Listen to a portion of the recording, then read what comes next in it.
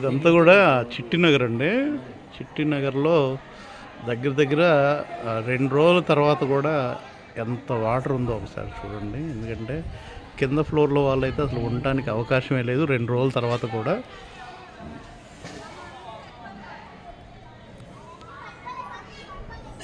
దగ్గర దగ్గర ఇప్పుడు కూడా 2.5-3 అడుగుల వాటర్ ఉంది ఇళ్ళ మధ్యలో, కాలనీల్లో.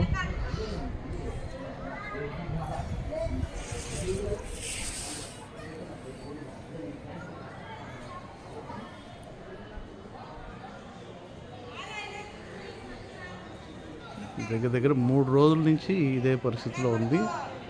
ఆదివారం, సోమవారం, మంగళవారం 3 రోజుల నుంచి కూడా. ఈ రోజుకి ఇంకా కొంచెం అట్లా తిరిగే పరిస్థితులు ఉన్నాయి. నిన్న అయితే అసలు ఆ విధంగా లేదు. దగ్గర దగ్గర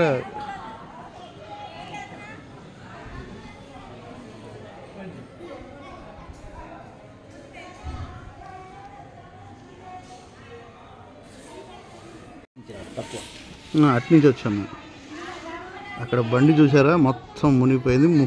ఇది 3వ రోజు. 3 రోజుల నుంచి ఇక్కడ పరిస్థితులు ఇవి. ఇటువైపు అయితే ఇంకా లోతుగా ఉంది. ఇది స్ట్రైట్గా మెయిన్ రోడ్డుకి వెళ్తుంది. చూసారా, ఇళ్ళ మధ్యలో దగ్గర దగ్గర ఆదివారం మొత్తం నీళ్ళల్లోనే. సోమవారం, ఈరోజు మంగళవారం, ఈ రోజుకి కూడా 3 రోజుల నుంచి కూడా చిట్టినగర్లో పరిస్థితి ఇది.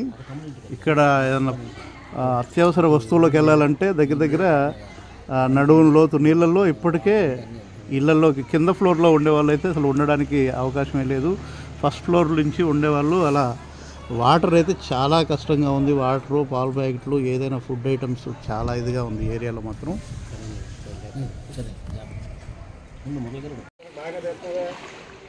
ఇదంతా కూడా దగ్గర దగ్గర నడుము లోతున్నాయండి వాటర్ ఇక్కడ.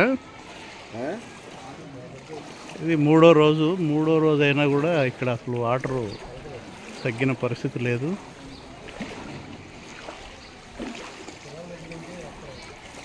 ఇది చిట్టినగర్లో పరిస్థితి.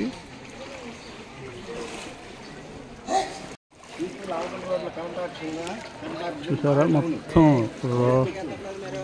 వాటర్లో ఇప్పుడు కొంచెం నడుము లోతు వరకు వచ్చింది కాబట్టి ఈ మాత్రం అయినా బయటకు వచ్చి ఏదైతే నిత్యావసరాల కోసం, ఆహార పొట్లాల కోసం, ఏదైతే వాటర్ కోసం, వీటన్నిటి కోసం ఇప్పుడు బయటికి రాగలుగుతున్నారు. నిన్న ఇట్లా బయటకు వచ్చే పరిస్థితి కూడా లేదు.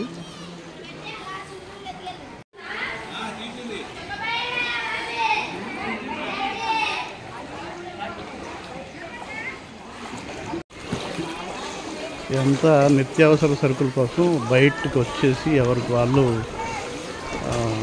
ఆహారం, అలాగే వాటరు, వీటన్నిటి కోసం. ఈరోజు కొంచెం వాటర్ తగ్గింది కాబట్టి కొంచెం లోనికి అయితే మీకు చూపించాను కదా, దగ్గర దగ్గర గొంతు వరకు కూడా వాటర్ ఉంది చాలా ఏరియాల్లో కూడా.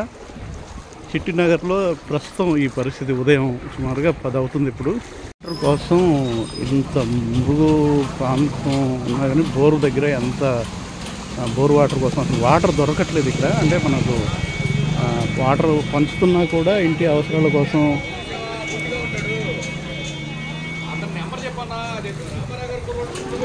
చూసారా, మరి చాలా దయనీయంగా ఉంది పరిస్థితి మాత్రం చిట్టినగర్లో.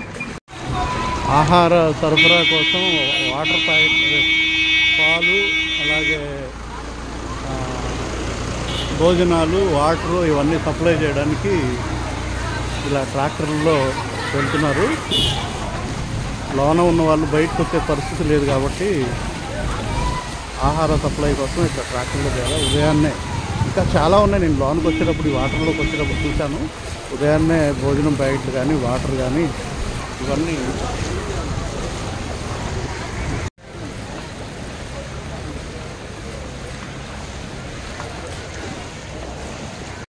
చిట్టినగర్ సొరంగం ఏరియాలో ఇక్కడ మాత్రం కొంచెం వాటర్ తగ్గింది. ఇక్కడ ఏమైనా సరుకులు తీసుకురావాలనుకున్నా, ఆహారం కోసమైనా, వాటర్ కోసమైనా మనం చూస్తుందా, చిట్టినగరు సీతారామస్వామి మహాలక్ష్మి అమ్మవారి దేవస్థాన కళ్యాణ మండపంలో క్యూలో ఉన్నారు ఆహారం కోసం, అలాగే వాటరు, అలాగే సుమారుగా 10 అవుతుందండి, 10-10:30 అవుతుంది. మీకు అక్కడ చూడొచ్చు, ఎక్కడ చూసినా గుంపులుగా ఉదయాన్నే నీరు కోసం, ఆహారం కోసం, నిత్యావసర సరుకుల కోసం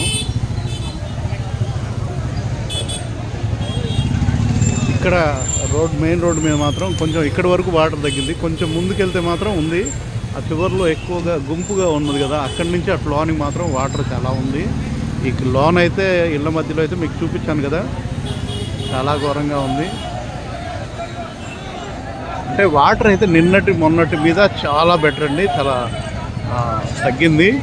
ఈరోజు నైట్కి అయితే కూడా చాలా వరకు క్లియర్ అవుతుంది. కానీ ఇళ్లల్లోకి వచ్చిన బురద ఇవన్నీ తగ్గాలంటే చాలా టైం తీసుకుంటుంది. ఎవరికి తోచింది వాళ్ళు వచ్చి సహాయం చేస్తున్నారు. వాటరు, అలాగే నిత్యావసర సరుకులు అయితేమి, భోజనం ప్యాకెట్లు అయితే ఏంటి, ఏదైనా కూడా ఎవరికి తోచింది వాళ్ళు. నేను చూశాను చాలా చోట్ల. అదిగో అక్కడ మనకు ట్రాక్టర్లో కూడా నిత్యావసర సరుకులు గవర్నమెంట్ కూడా చాలా ప్యాకెట్స్ సప్లై చేస్తుంది. నిత్యావసర సరుకులు, భోజనం ప్యాకెట్లు, ఉదయాన్నే భోజనం ప్యాకెట్లు, అలాగే పాల ప్యాకెట్లు, వాటర్ క్యాన్లు, మన వాటర్ బాటిల్స్ ఇవన్నీ కూడా సప్లై చేస్తున్నారు.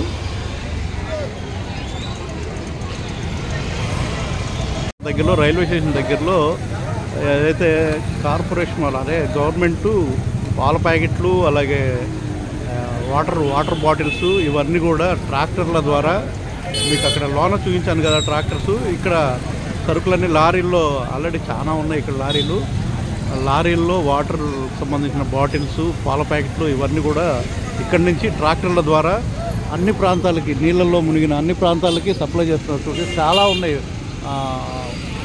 ఈ లారీ మన సరుకులకు సంబంధించిన వెహికల్స్ అయితే చాలా ఉన్నాయి ఇక్కడ అన్ని చోట్ల. ఇట్లా మన బందర్ రోడ్డు మీద కూడా నేను చాలా చూశాను.